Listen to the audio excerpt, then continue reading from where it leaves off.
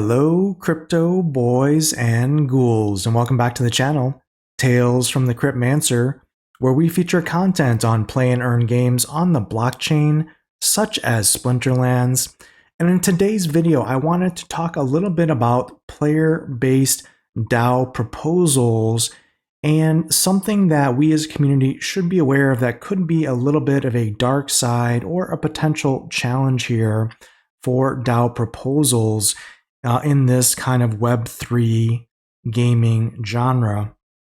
And first off, I just want to say that, DAO proposals and the governance of the DAO through the SPS token is a very, very innovative aspect of Splinterlands and very key, I think, to what makes Splinterlands very unique and, well, one of the reasons that I'm here for this game. And, I think it goes without saying that there's a lot of good that can happen through DAO-based proposals to shape and mold a game into the best game possible.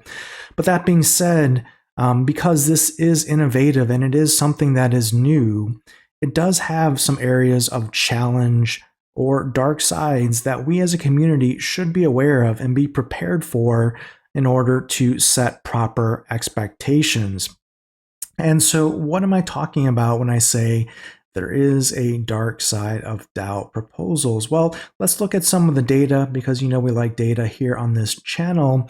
And we have the introduction of SPS Government Community Proposals V1, which, as you can see here, was just launched by the team 7 days ago. So just last week, it's very new. And what's interesting to see here is that just in that 7-day period, we already have, based on this Splex dashboard, and Peak Monsters has one as well, but we already have 2 player-based proposals that have been initiated, burning 100,000 DEC each just in the first week. Now, the question would be can we keep up this pace? Do we get 2 DAO proposals every week moving forward? And, that's debatable. I honestly think that we could certainly keep up that pace from the community, but let's just say as a conservative number that we get 1 community or player-based DAO proposal per week moving forward. Well, that would be through the course of 2023 here, 52 roughly DAO proposals that we would receive throughout 2023. And let's just say that of those 52 DAO proposals, let's just say 3/4 or 75% actually pass the actual proposal vote in the game using staked SPS. Well, what is that actually going to be roughly? Well, it's actually going to be, let's see, 52. It's going to be 39 community or player-based DAO proposals that could be queuing up, waiting for development resources to be able to implement. And that is a lot of backlog, a lot of development potential bandwidth that could be used here. And we have to be honest with ourselves. The team's not adding any new development bandwidth or horsepower to the team right now. So it's not like they're increasing the amount of development that can be output. But if you get 39 new feature requests or development requests, in the next year, well, what's going to happen to those? Well, let's take a look here at the roadmap and let's use that for a frame of reference.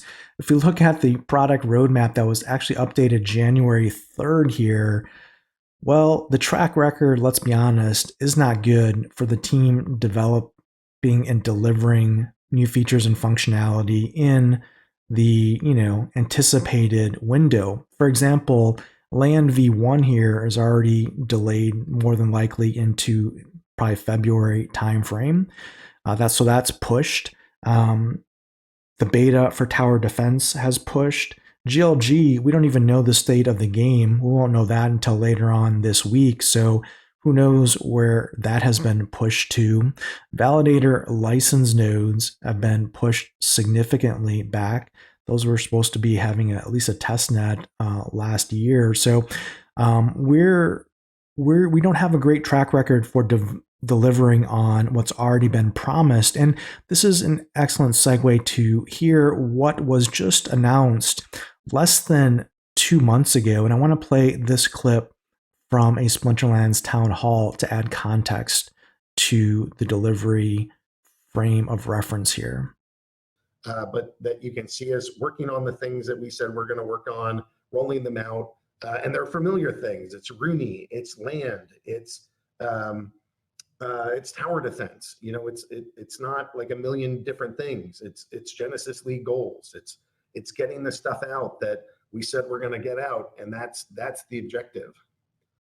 So what we heard Aggie say there is that the focus for 2023 from the Splinterlands team is to deliver on past promises and make sure that what has been promised gets delivered and executed upon. Well, the problem here that we're going to have with all of these DAO and community and player-based proposals coming in, let's say 39 or so over the next year, is, well, we can't even deliver on the existing roadmap on a timely basis. So what's going to happen to all of these new proposals for new features, functions, and requests? Well, the reality is, or the dark side here of DAO proposals, is a lot of these proposals will be noise and will either A, distract development resources from existing promises and execution and delivery of existing functionality, or they're just going to be good ideas that the community wants to have implemented that just, well, aren't going to be implemented anytime soon. They're going to be stuck on a big pile of requests that maybe get addressed, let's say, in 2024. So as a community, that can be frustrating if you're burning DEC, getting agreement on ideas that we want to see implemented, but just don't have any implementation time frame or any near-term benefits there. And you really only need to look, well, not very far, honestly, because as an example of this in effect already today without the player-based or community-based DAO proposals, what we are seeing is, well, Weirdbeard has a number of community-sourced ideas that have a lot of support in the community. Things like a battle pass, things like a kind of booster draw tournament format.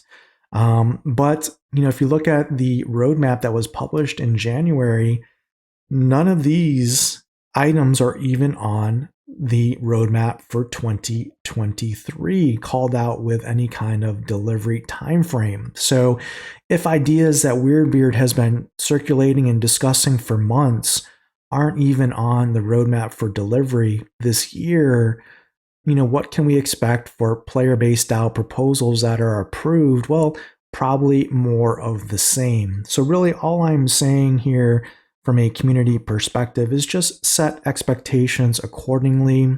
You know, this is not necessarily a video to add any more salt to the salt mines, but, you know, sometimes reality is, well, it's reality and it's not always pleasant. And what we have to be prepared for as a community is, yes, DAO proposals may get passed. They may be great ideas, but the reality is many of those ideas may not see the light of day for quite some time, especially as they start to get backlogged here on top of a queue of ever-growing promises that, well, just need to be delivered. So in Aggie's words, is this something we should be sturdying our loins for? Is this something that we should be really getting prepared for, dealing with a little bit of a wait, a little bit of a backlog? Is this inevitable? Let me know in the comments below. And until next time, keep stacking those stats. That's